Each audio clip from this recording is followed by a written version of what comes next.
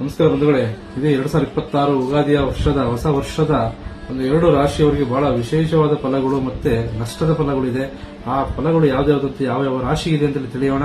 ನೋಡಿ, ಮೊದಲನೇ ರಾಶಿ ಸಿಂಹ ರಾಶಿ ಆಗುತ್ತೆ. ಸಿಂಹ ರಾಶಿಯವರಿಗೆ ಗೌರವ ಮತ್ತು ಹೆಸರು ಹೆಚ್ಚಾಗುವಂತದ್ದು ಸಾಧ್ಯತೆ ತುಂಬಾ ಚೆನ್ನಾಗಿದೆ ಇವರಿಗೆ.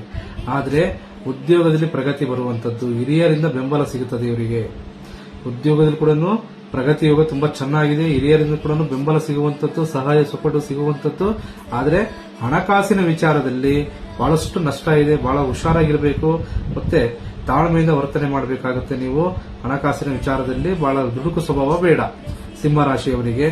ಮತ್ತೊಂದು ರಾಶಿ ಕನ್ಯಾ ರಾಶಿಯಾಗಿರುತ್ತೆ. ಕನ್ಯಾ ರಾಶಿ ನೋಡಿ, ಹಣಕಾಸಿನಲ್ಲಿ ಬಹಳ ಜಾಗೃತಿಯಿಂದ ಇರಬೇಕು. ಕನ್ಯಾ ರಾಶಿಯವರು ಬಹಳ ವಿಚಾರದಲ್ಲಿ ಹೇಳಬೇಕಂದ್ರೆ ದುಡುಕು ಸ್ವಭಾವ ಬಹಳಷ್ಟು ಇರುತ್ತೆ ಅವರಲ್ಲಿ. ಅದನ್ನ ತಾಳ್ಮೆಯಿಂದ ನೀವು ಯೋಚನೆ ಮಾಡಿ ಕೈ ಹಾಕಬೇಕಾಗುತ್ತೆ, ಯಾವುದೇ ಕೆಲಸ ಕಾರ್ಯದಲ್ಲಿ ಆಗಿರುವುದು. ಆದ್ರೆ ಹೊಸ ಕೆಲಸಕ್ಕೆ ನೀವು ಅವಕಾಶಗಳು ತುಂಬಾ ಚೆನ್ನಾಗಿದೆ. ಮುಂದಿನ ಈ ವರ್ಷದಲ್ಲಿ ಬರುವಂತಹ ವರ್ಷದಲ್ಲಿ ನಿಮ್ಮ ಜೀವನದಲ್ಲಿ ಬದಲಾವಣೆ ಅಂತ ಅನ್ನೋದು ತುಂಬಾ ಇದೆ.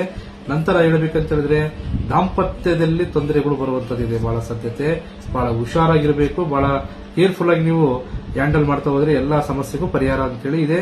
ಆದ್ರೆ ಈ ಸಮಸ್ಯೆಗಳಿಗೆ ಪರಿಹಾರ ಏನಂತ ಹೇಳಿದ್ರೆ ಸಿಂಹ ರಾಶಿ ಮತ್ತೆ ಕನ್ಯಾ ರಾಶಿಯವರಿಗೆ ಲಕ್ಷ್ಮೀ ದೇವಿಯ ಆರಾಧನೆ ಮಾಡಿ. ಅಂದ್ರೆ ಪ್ರತಿ ಶುಕ್ರವಾರ ಲಕ್ಷ್ಮೀ ದೇವಿಗೆ ಹೋಗ್ಬಿಟ್ಟು ಒಂದು 11 ಕಮಲದ ಹೂವು ಕೊಟ್ಟುಬಿಟ್ಟು ನಿಮ್ಮ ಹೆಸರಲ್ಲಿ ಅರ್ಚನೆ ಮಾಡಿಸ್ಕೊಂಡು ಬನ್ನಿ. ಶುಭ ಆಗುತ್ತೆ ಮತ್ತೆ ಎಲ್ಲದೂ ಒಳ್ಳೇದಾಗುತ್ತೆ. ನೋಡಿ, ಇನ್ನು ಹೆಚ್ಚಿನ ಮಾಹಿತಿಗಾಗಿ ನಮ್ಮ ಪೇಜ್ ಅನ್ನು ಲೈಕ್ ಮಾಡಿ ಮತ್ತು ಶೇರ್ ಮಾಡಿ. ಸ್ಕ್ರೀನ್ ಮೇಲೆ ಕಾಣ್ತಿರೋ ನಂಬರ್ಗೆ ಕರೆ ಮಾಡಿ ನಮ್ಮನ್ನು ನೇರವಾಗಿ ಬಂದು ಭೇಟಿ ಮಾಡಿ. ನಮಸ್ಕಾರ.